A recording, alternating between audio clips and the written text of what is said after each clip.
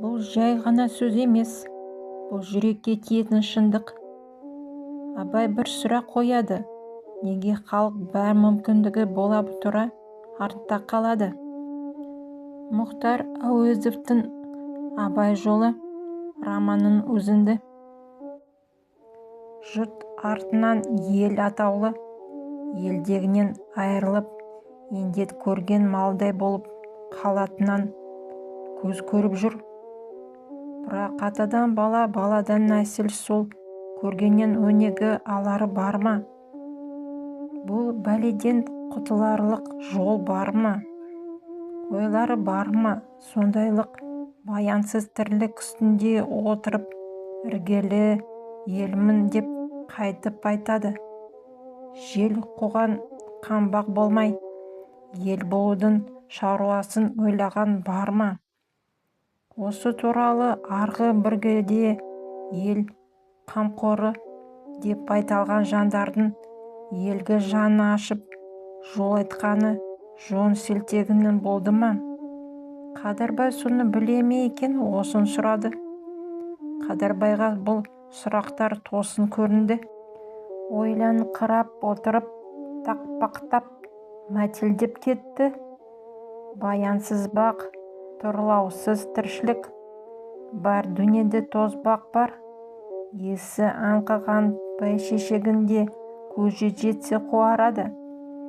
Ал қуатын кеткенде алма бетте суалады деп дүниенің кезігін баянсыз айтты. Абай бұл сөздердің шешендегін бағыласа да, ішке нәрін қанағат қылған жоқ. Қазақ деген қалың ел, іргелі ел, оның тірлігінде айнымас берік тұрағы болу керек. Бәйшешектің тірлігін адам тірлігіне месе мысал болмайды деп еді. Қадырбай елдегінің бәрінің тірлігінде де тұрақсыздық бар екенін айтып, қазақ тірлігі өзгеден артық тірлік деп бағалады. Абай бұған да тоқтамады. Өзге елде өнер барын, өнер деген таусылмас азық, жұтамас байлық екенін айтып кеп, ойлап байқап қарасаңыз, осы дүниедегі бар жұртты біздің қазақшала біледі. Бір елде бір ел жақсы білсе, жақсы өнегісін де алар еді. Сонау адам ата заманнан бірі қарай бір елдің өнегісіне бір ел ортақ боп келген. Соның тапқанын бойына жапсырып, өлге етіп, өрбіп, өсіп келген. Біз болсақ сол көп өлгеден кенде, көп өнерден кенже қалғамыз.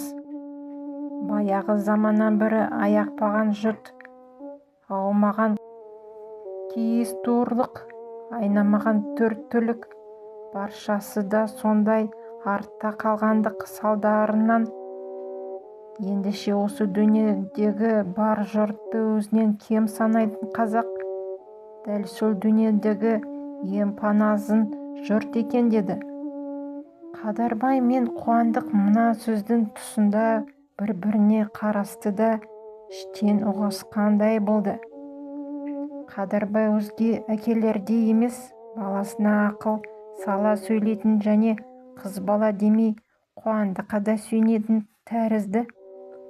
Бұл кештегі ұзақ әңгіме мен кейбір жара сөздерін ылғи ғана сол жаңағы ел, елдік деген жайдан болды. Сонда кәрі ақын жас жігіттен неше алуан соны сөз есітіп кеп, іштей қатты толғанып қалды. Абайдың сөздері ауыр, бірақ оның ішіндегі ұятатын күш бар. Ол сынамайды, ойлануға мәжбүр етеді.